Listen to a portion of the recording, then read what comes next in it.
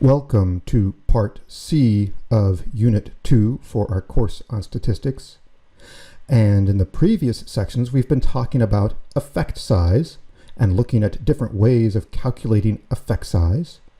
And now we're going to do something completely different. We're going to turn to an entirely new topic and talk about different types of distributions.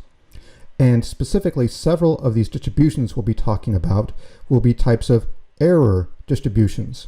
So this section could be called a section on different types of error distributions. And the table on the screen is a table that summarizes the different types of distributions we'll be talking about.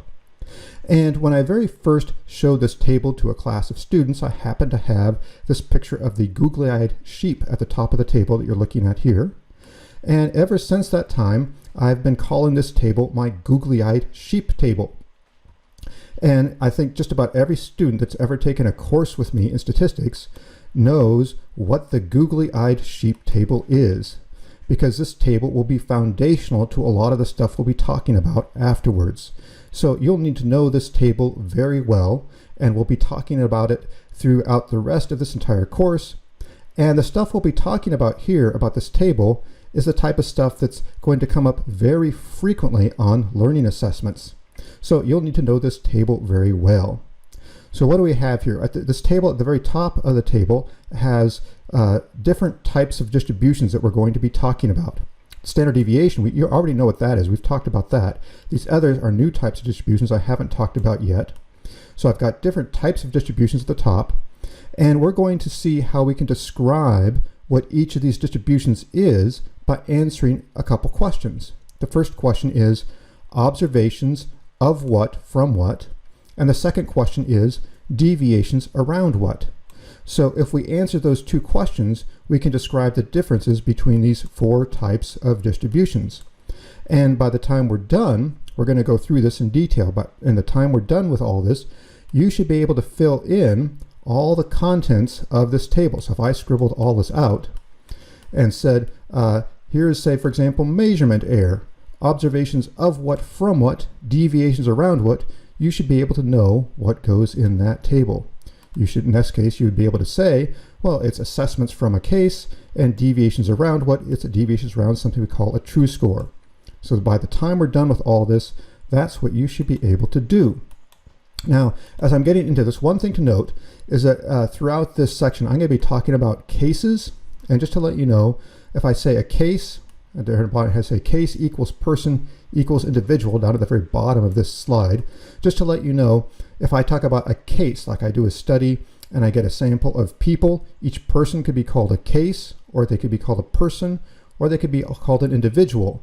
A case is a more general term because maybe I do my study on frogs or rats. In that case, each frog would be a case, or each rat would be a case. Or if I do my study on pea plants, then each plant would be a case. So a case is a more general term. Most of the research I do is research on people, and so oftentimes I use the word person rather than case. So if I say person, no, that means the same thing as case. And as we're going through this section, a lot of times we'll be looking at equations, and oftentimes it's easy to use the letter I as an indicator for an individual, and an individual would be the same thing as a person or a case. So I'm going to use case, person, individual as three interchangeable words. They all mean the same thing. So let's take a look at this googly-eyed sheep table and what's inside. And let's start by talking about a standard deviation. And I want to start with a standard deviation because you already know what a standard deviation is. And so what I'm going to do is I'm going to plug the standard deviation into my system for how I'm going to be talking about these different distributions. And once you see how a standard deviation fits into the system, we can then compare how these other distributions compare to a standard deviation. Now, one thing to note, I'm going to call a standard deviation a real distribution, and what I mean by that is simply that we could actually do a study, collect data, and calculate a standard deviation. It's something we could calculate in the study. We're going to be talking about some other distributions later on that I'll call hypothetical distributions, meaning we couldn't actually collect data and calculate those distributions. they're hypothetical. We can have mathematical formulas that would tell us, well, what would happen if we actually did hypothetically calculate those distributions, but they're not something we could actually do. So a standard deviation, I'm going to call that a real distribution, and I've put it on this picture of a block of concrete to illustrate it's a real distribution, meaning we could actually do a study and calculate a standard deviation. So let's take a look at a standard deviation and plug it into my system and answer those questions: observations of what from what and deviations around what. How do we use those questions to describe what a standard deviation is? So the first question to consider on that googly-eyed sheep table, the first question that we're going to use to describe different types of distributions, is the question: observations of what from what. So if we're calculating a standard deviation, if we're looking at a standard deviation, what types of observations are we dealing with? Observations of what from what? Well, if we're calculating a standard deviation, we're dealing with observations from different cases from a sample. Observations of different cases from a sample. Or said differently, we could also say this is observations of different people from a sample, or observations of different individuals from a sample. All different ways of saying the same thing. Observations of what from what? Observations of cases from a sample. And for each distribution, I have a picture I'm going to show you, and the picture is supposed to help you remember the distinctive features of each distribution. So what you're looking at here is a picture I've drawn to illustrate the standard deviation, and to help you remember the fact that we're looking at observations of cases from a sample, I've put a whole bunch of faces in this picture. So each face is supposed to be a different person. And so the idea is to help clarify that what are we looking at? We're looking at different people or different cases, and each person would have a score on a variable, say it's variable X, and this normal distribution would be the distribution of their scores on that variable. And what we're looking at is scores from different people, from different cases. At the top of the page, I've also put different faces here just to reinforce the fact that we're looking at different people. Observations of what? These are different cases, different people, different individuals, and they're all people from the same sample. So we have a sample of people, and we have different cases in that sample, and the standard deviation pertains to observations of the different cases within that sample.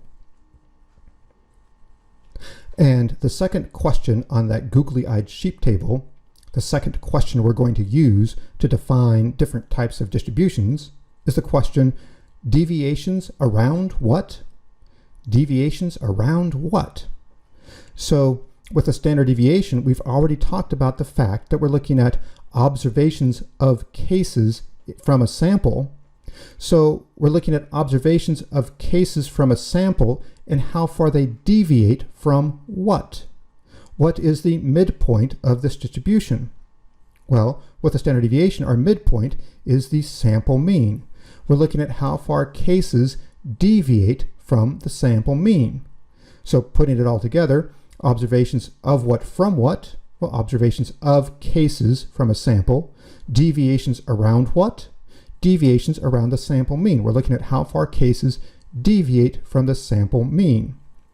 And we've already talked about how the sample mean is our best prediction of a person's score if we don't have any other information on that person. If I randomly pulled, say, one person from our sample, say I pulled this guy out of our sample here, and I didn't have any other information on that person, and I didn't know what his score was on this variable, whatever my variable X is that we're looking at here, my best prediction for that person's score is simply to guess the sample mean.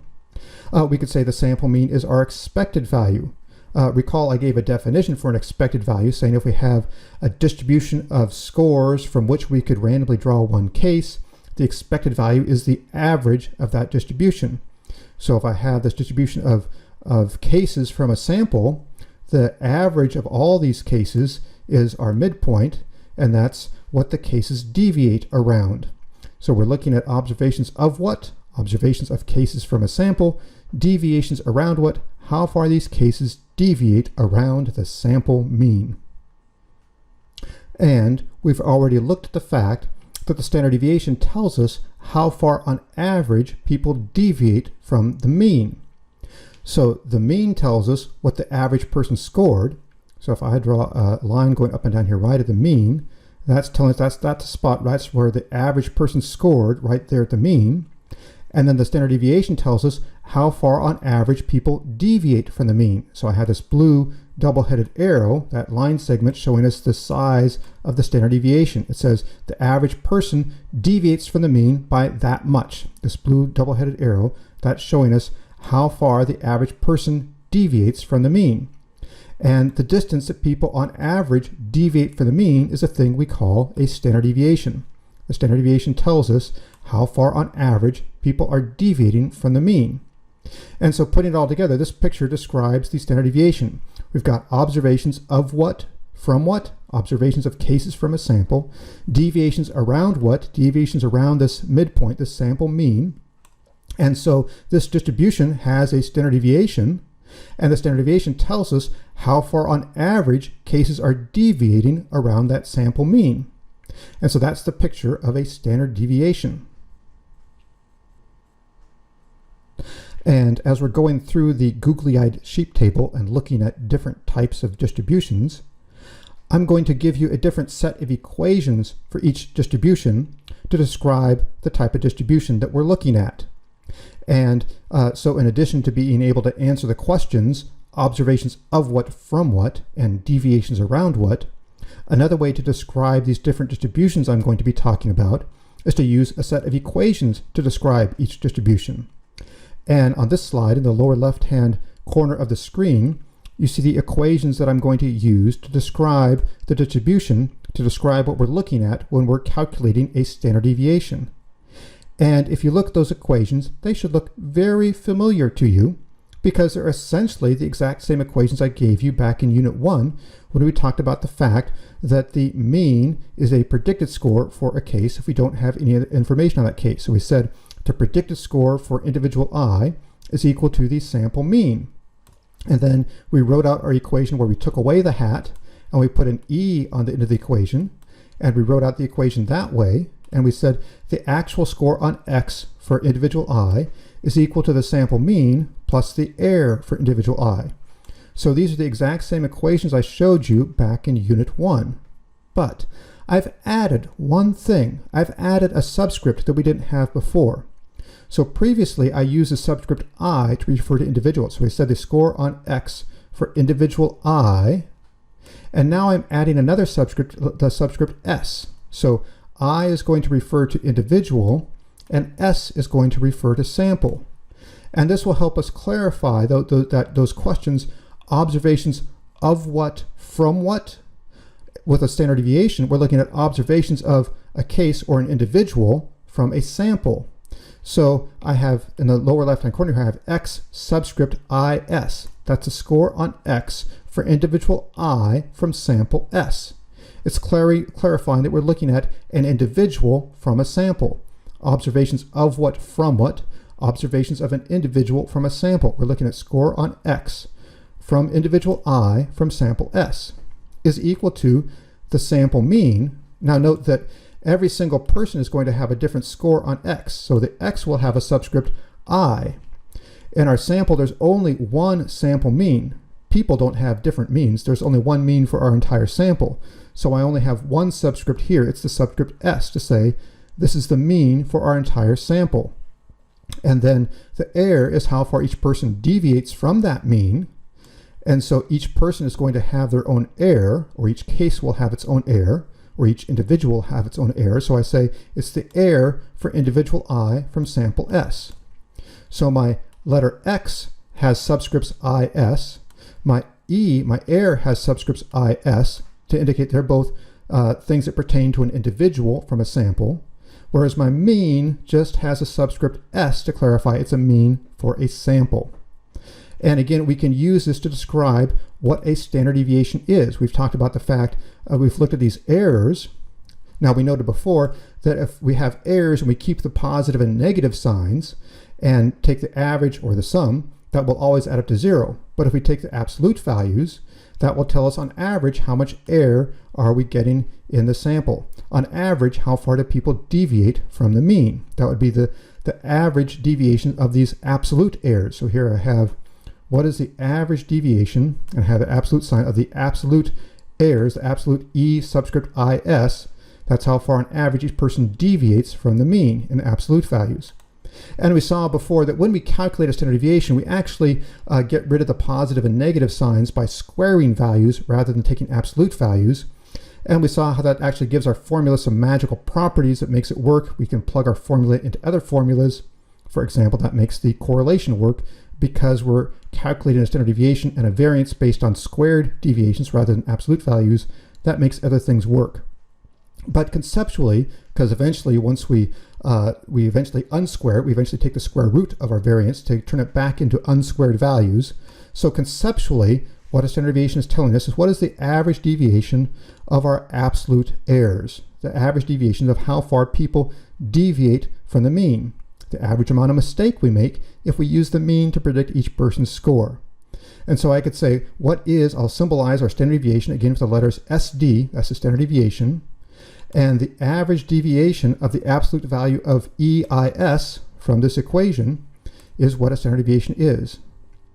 And now keep in mind that if I'm talking about a standard deviation, I'm talking about something that describes this entire distribution, this entire sample of people. On average, for this entire sample of people, how far are they deviating from the mean?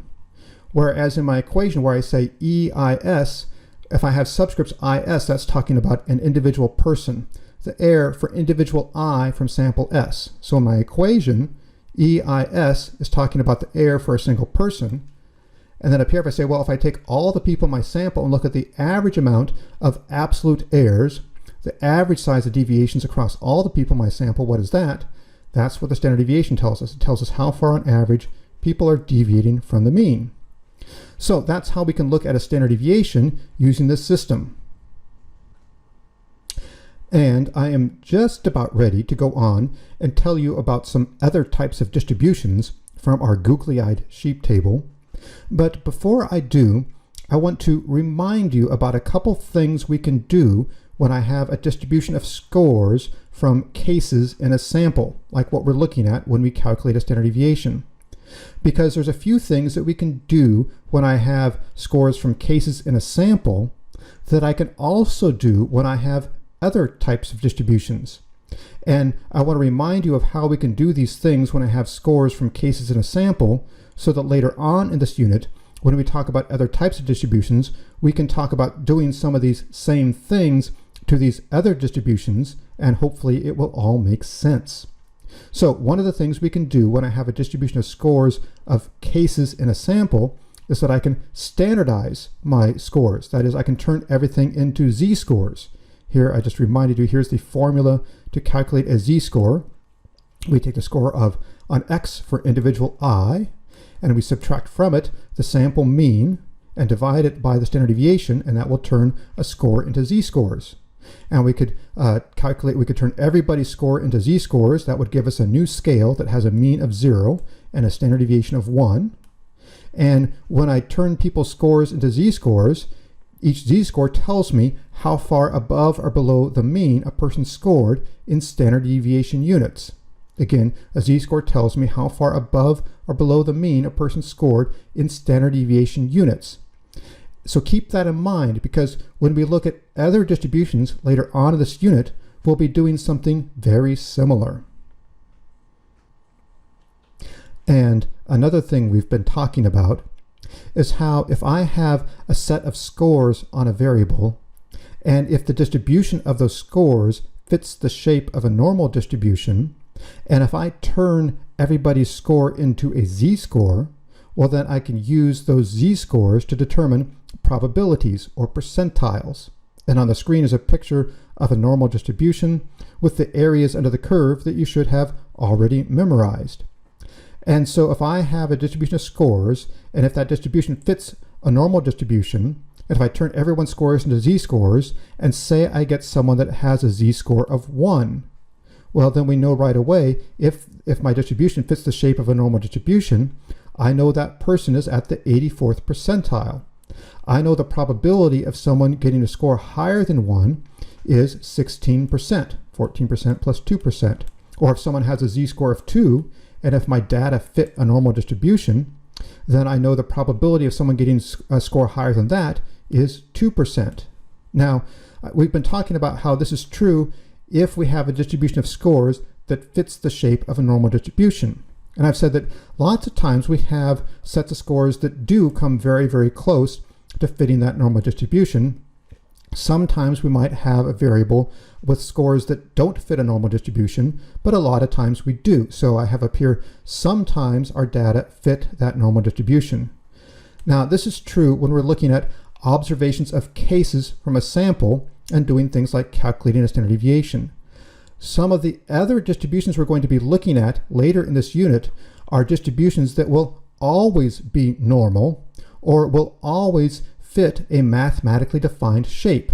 So when I'm looking at observations of cases from a sample, I say, well, sometimes they're normal or sometimes they come kind of close to being normal. They're not always normal, but sometimes they're normal. But some of the other distributions we're going to be looking at, we will say will always come nearly perfectly to a mathematically defined shape, or will always come exactly to a mathematically defined shape, or will always come exactly or very close to a normal distribution. And so this principle of how we can standardize scores and then use those standardized scores to determine probabilities is something we'll be using with other types of distributions.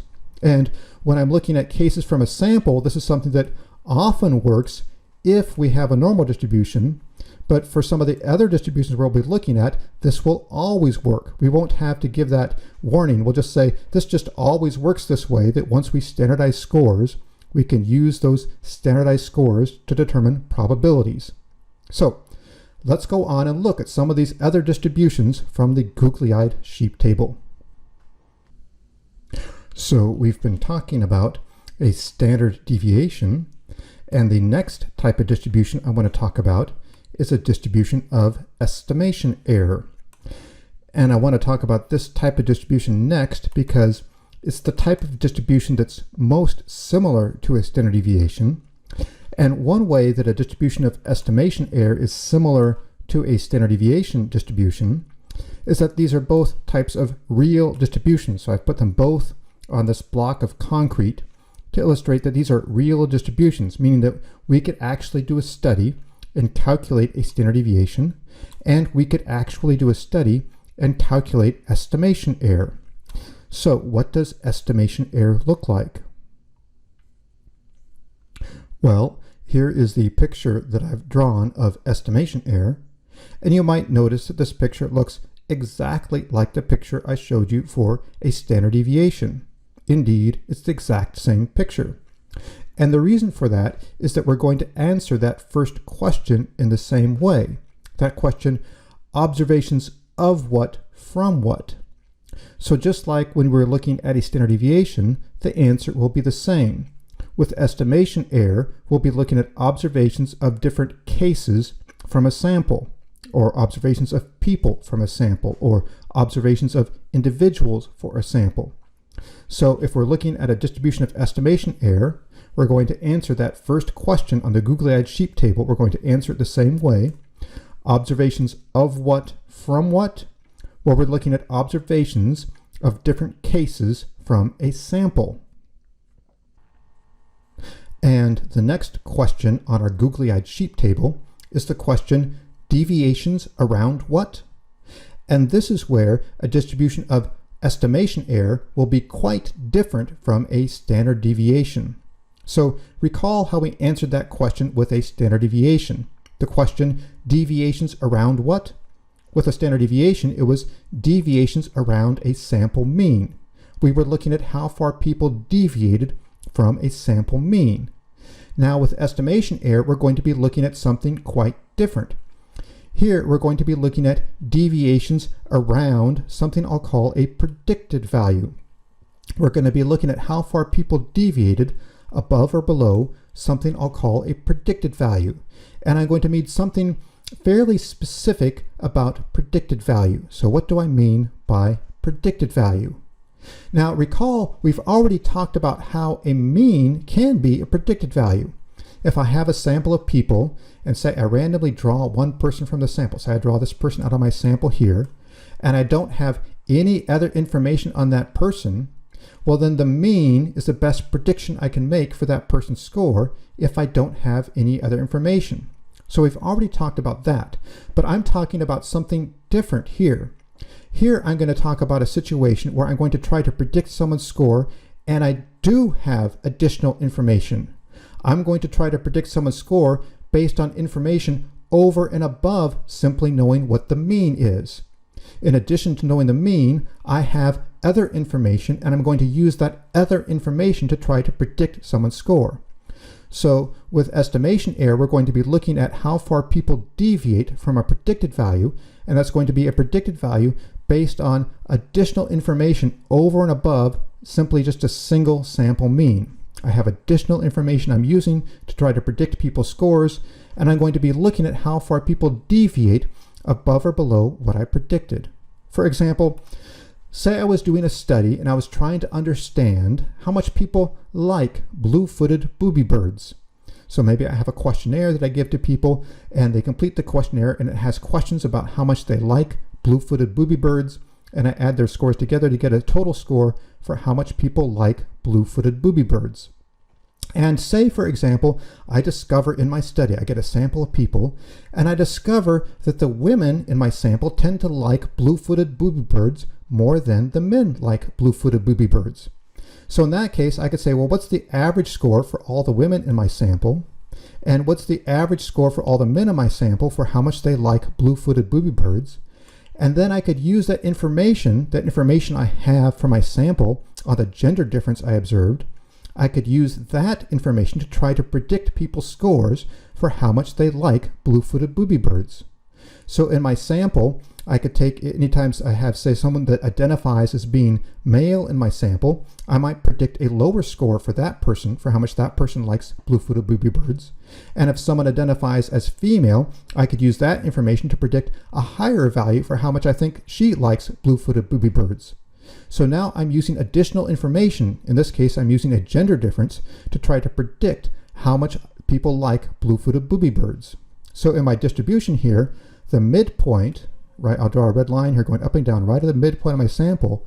That's not the mean of my sample anymore. That's not the mean. That's what I predicted. So if I perfectly predict someone's score, then I place that person right exactly at this midpoint. And people to the right of that midpoint, these are people who scored higher than what I predicted when I predict people's scores using additional information over and above a single mean for my sample. So I'm trying to predict people's scores using additional information. And if I predict perfectly, that's right at the midpoint of my distribution. And people to the right are people that scored higher than what I predicted. And people to the left are people that scored less than what I predicted. So this is a distribution not looking at how far people deviate above or below a sample mean. It's looking at how far they deviate above or below what I predicted their score to be. Now, look at the samples. For example, in the sample here, I'll draw a circle around one of these faces. I think this is a man's face up here. And let's see, down here, I'll draw a circle around, maybe this is a woman's face down here. So here are two people in this distribution of scores. Note that the man's face looks higher and the woman's face looks lower. I could have a situation where actually these two people had the exact same score on how much they liked blue-footed booby birds. But maybe because this person was a man, I predicted a lower score for him, and because this person at the other end, she's a woman, I predicted a higher score for her.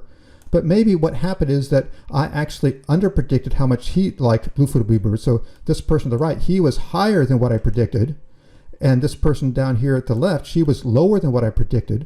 So it's possible that these two people had the exact same score for how much they liked blue-footed booby birds, but there are different spots in this distribution because one person scored a lot higher than what I predicted, and another person scored lower than what I predicted because I predicted different scores for each person. So the thing to keep in mind is this is not a distribution of people's actual scores on a variable. It's a distribution of how far people deviated above or below what I predicted for each person. It's observations of what? Observations of cases from a sample, just like a standard deviation, but deviations around what? Well, this is deviations around a predicted value. How far people or cases deviated above or below what I predicted for each case when I predict each score, when I predict each case using additional information above and beyond simply just a single sample mean for a sample. Now, this distribution of estimation error, this distribution that you're looking at right here of estimation error, is a distribution that will have a standard deviation. So we can talk about different types of standard deviations. We've been talking about a regular standard deviation, which is how far people or cases deviate from a sample mean. But we can also talk about the standard deviation of a distribution of estimation error, which is how far on average cases deviate from a predicted value. And we're going to give a special name to a standard deviation of a distribution of estimation error. We're going to call it the standard error of estimate. So a regular standard deviation tells you how far cases deviate from the sample mean. The standard error of estimate is the standard deviation of the distribution of estimation error.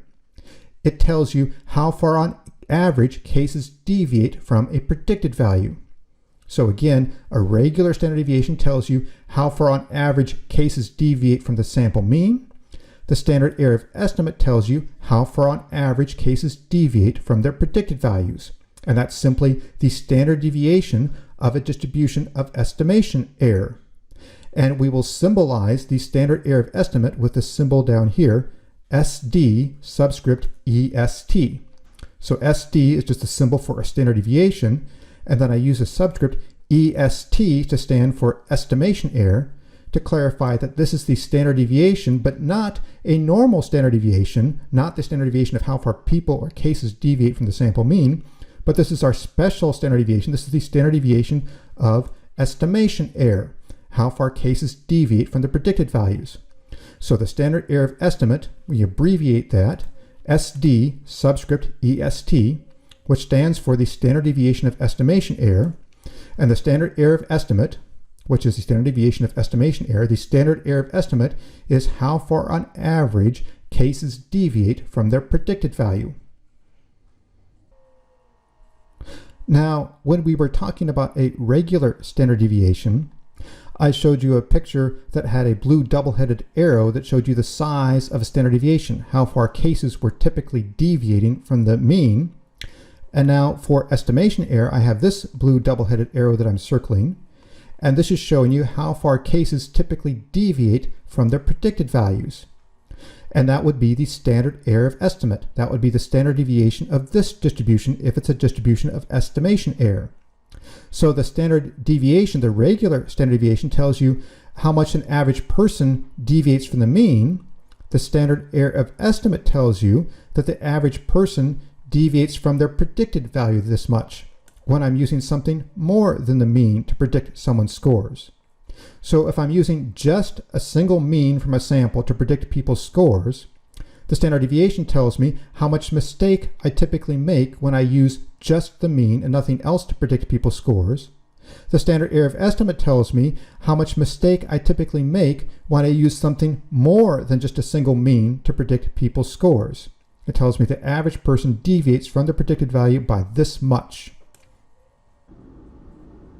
Now, in just a moment, I'm going to give you some linear equations that we can use to describe estimation error and to describe the standard error of estimate. But before I do that, let me give you an example, and then we're going to use this example to plug it into those equations and see how those equations work. Now at this point, we also need to make somewhat of a switch in the notation that we're using, because common practice in doing statistics and writing equations in statistics, it's common practice that if you have just a single variable in your equation, you call that variable x. And if you have more than one variable in your equation, and one variable is getting predicted, and another variable is the predictor variable, you call the predictor variable x, and the thing getting predicted is called y. So that means if I have an equation with just one variable, and say, for example, I'm using the mean to predict scores on that one variable, I call the thing getting predicted x. But if I have more than one variable, I call the thing getting predicted y. It changes from x to y. So say, for example, we're doing that study where we want to understand how much people like blue-footed booby birds. And maybe I'm using gender to try to predict scores on how much people like blue-footed booby birds. So in this case, I'm going to call y will be the name of my variable that's getting predicted. Maybe it's people's rating on my questionnaire, rating how much they like blue-footed booby birds. And maybe I have a questionnaire or a scale, maybe it ranges from 1 to 10 for how much they like blue-footed booby birds. And then I'm going to use gender as a thing to try to predict how much people like blue-footed booby birds based on which gender they identify as. And so gender would be my predictor variable. I'm going to call that x. So we're going to, as you'll see in a moment, we're going to switch our notation. Rather than trying to predict scores on x, x is now the predictor variable, and we're going to be predicting scores on a variable we call y. If it was up to me, I wouldn't make the switch notation, but this is the way things are always notated in statistics, so we will follow the convention here. So here's my sample. Say I have a sample of, say, 6 people. I've got Lucy Goosey, Bud Your Honor, Stu Early, Free to Go, Sasha Noyes, and Ophelia Payne. And each person took the questionnaire measuring how much they like blue-footed booby birds. And I have each person's score on variable y. I have at the top, this first column is labeled YIS. That stands for a person's score on variable y for individual I in sample S. We've been seeing those subscripts in our previous examples as well. So we have the score on variable y for individual I in sample S. And Lou, he got a score of 3. He didn't like blue-footed booby birds very much. Bud, he got a score of 9. He kind of liked blue-footed booby birds. And Stu got a score of 3. And Frida got a score of 6. And Sasha got a score of 8. And Ophelia got a score of 7. So this first column is showing us each person's score on the variable y, which is how much each person liked blue-footed booby birds. And then the next column I have variable x. This is going to be my predictor variable, and this is simply whether someone identifies as male or female, their gender. And so Lou and Bud and Stu, they all identified as male, so I'll put an M there for male. And Frida and Sasha and Ophelia, they all identified as female, so I'll just put an F there for female.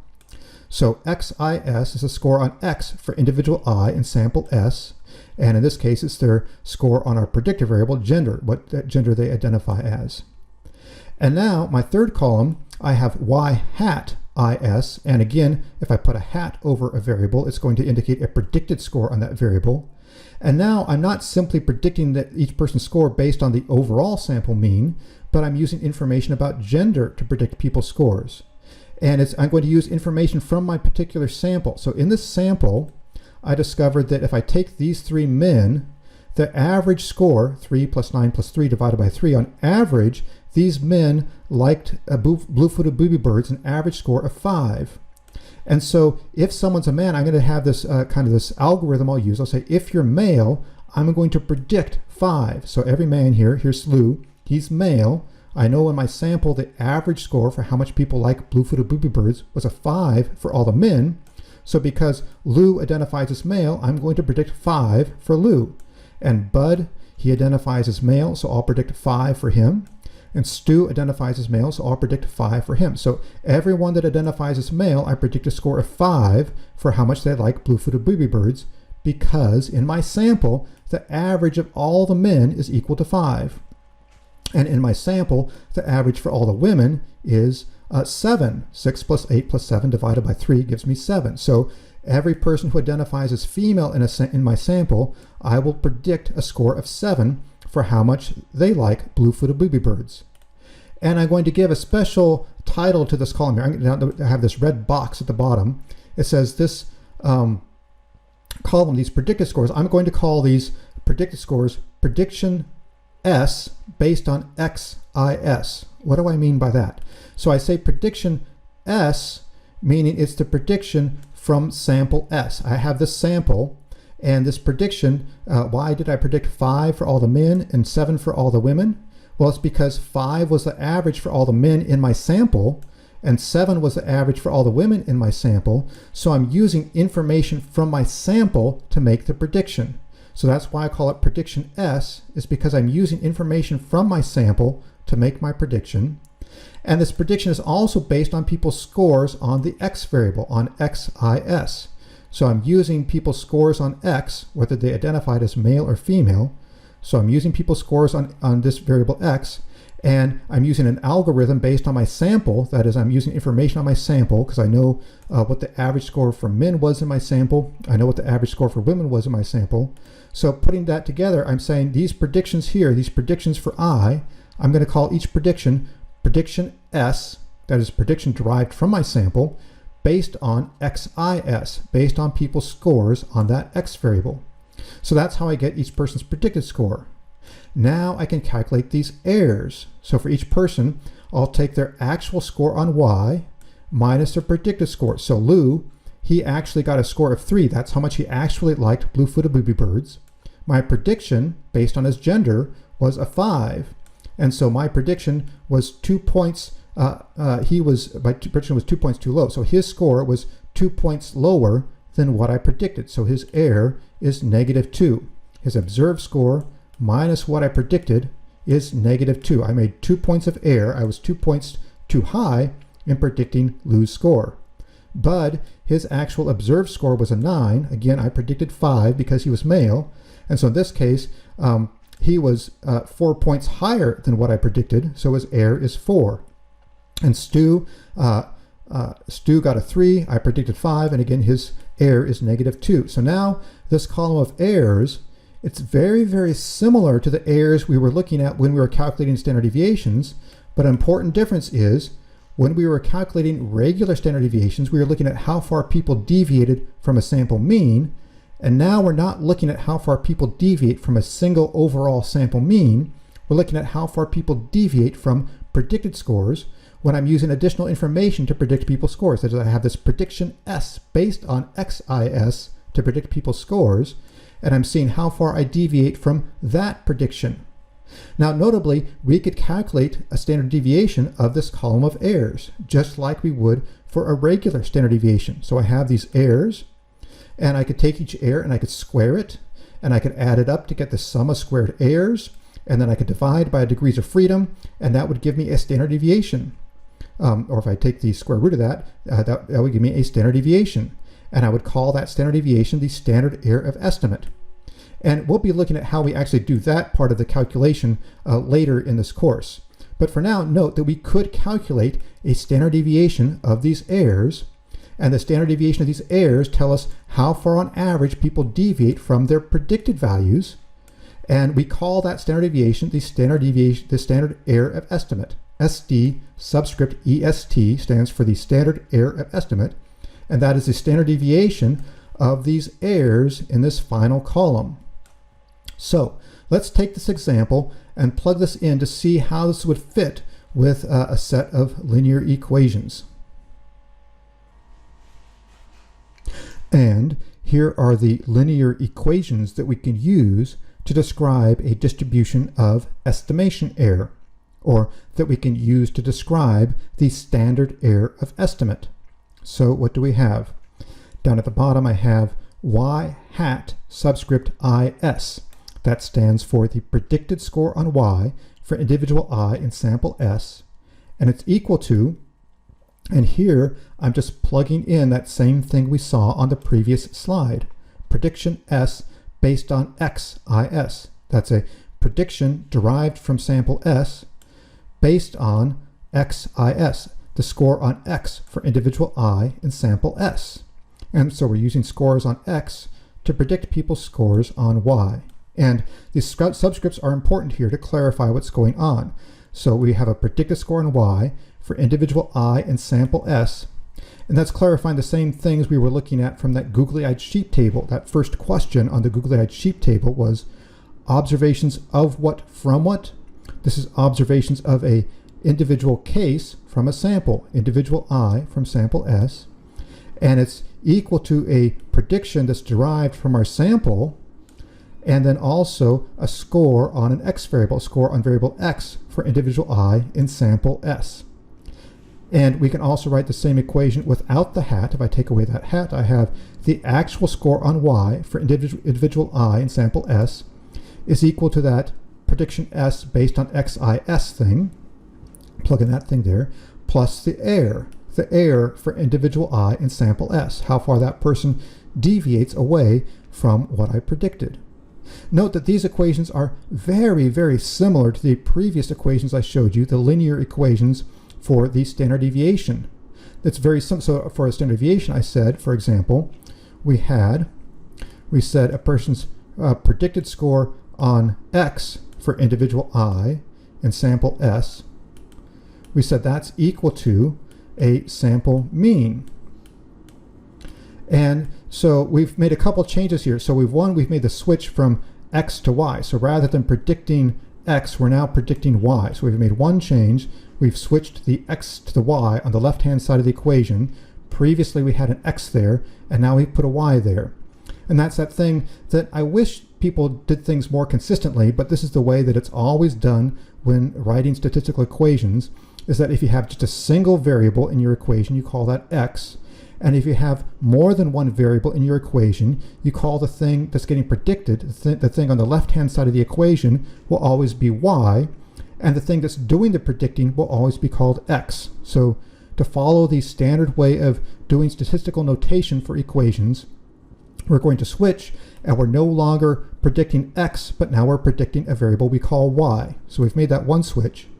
And the other thing is that rather than simply saying we're using the mean of X to predict scores, we're now using this prediction S based on XIS.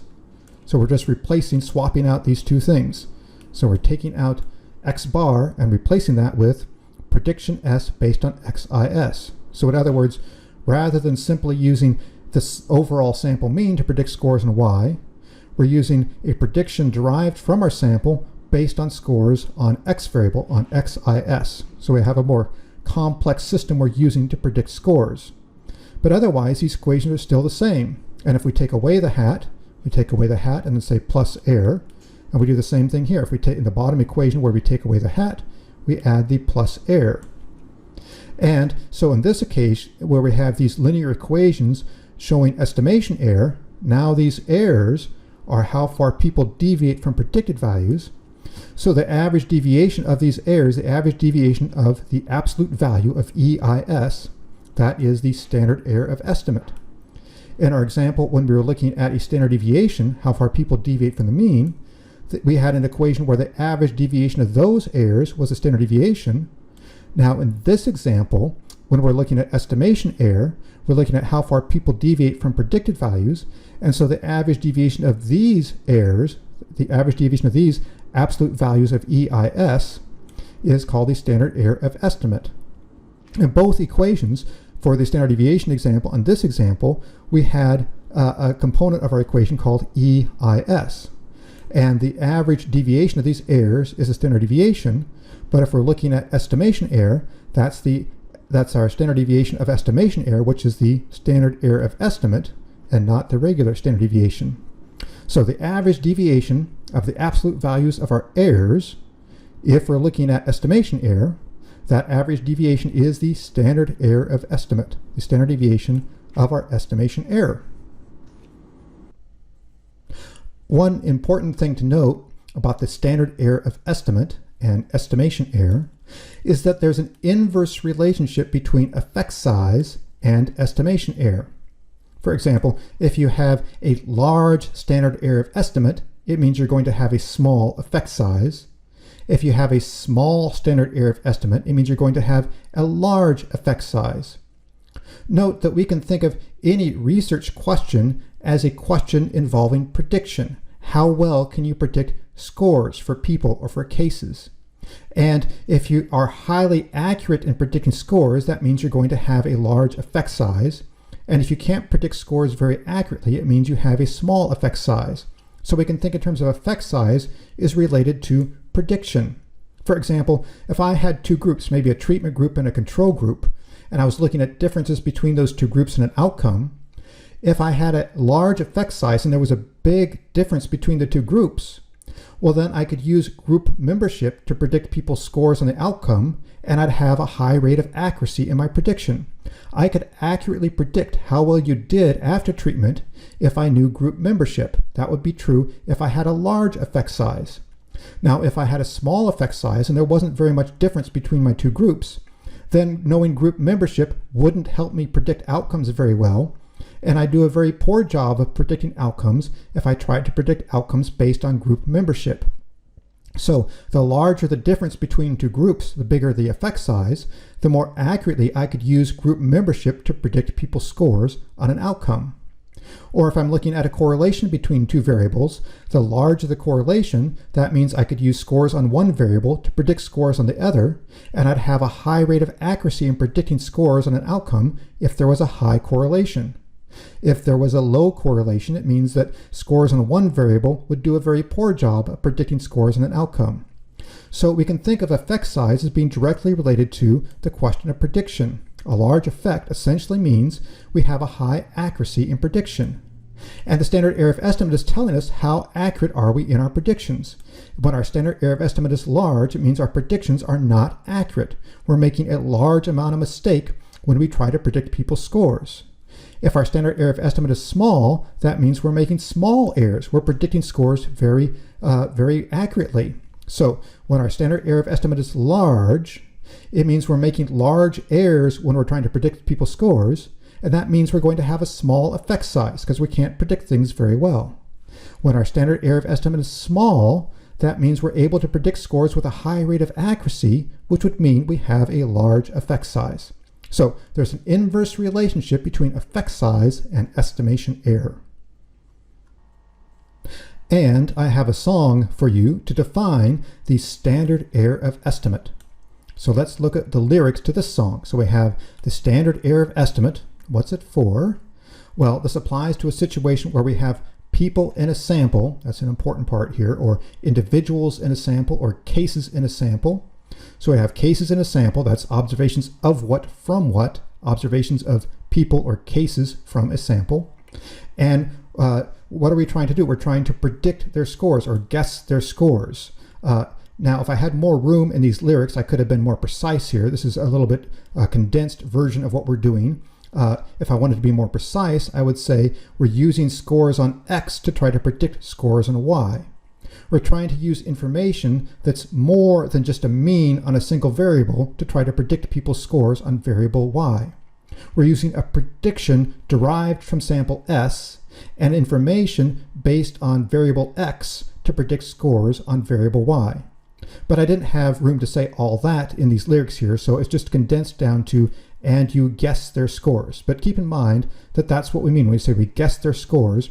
We're trying to use scores on variable X to predict scores on Y. We're using something that's more than just a sample mean to try to predict people's scores on Y. And then the standard error of estimate is simply our typical amount of mistake. It's the typical amount of error that we make when we try to predict people's scores. It's the typical amount of mistake we make when we're using variable X to predict variable Y. And that's what it is. So here's the song for the standard error of estimate, and as always I recommend that you try to listen to it and then see if you can sing along, and then see if you can sing along without looking at the words before I'm done. So here is the song for the standard error of estimate.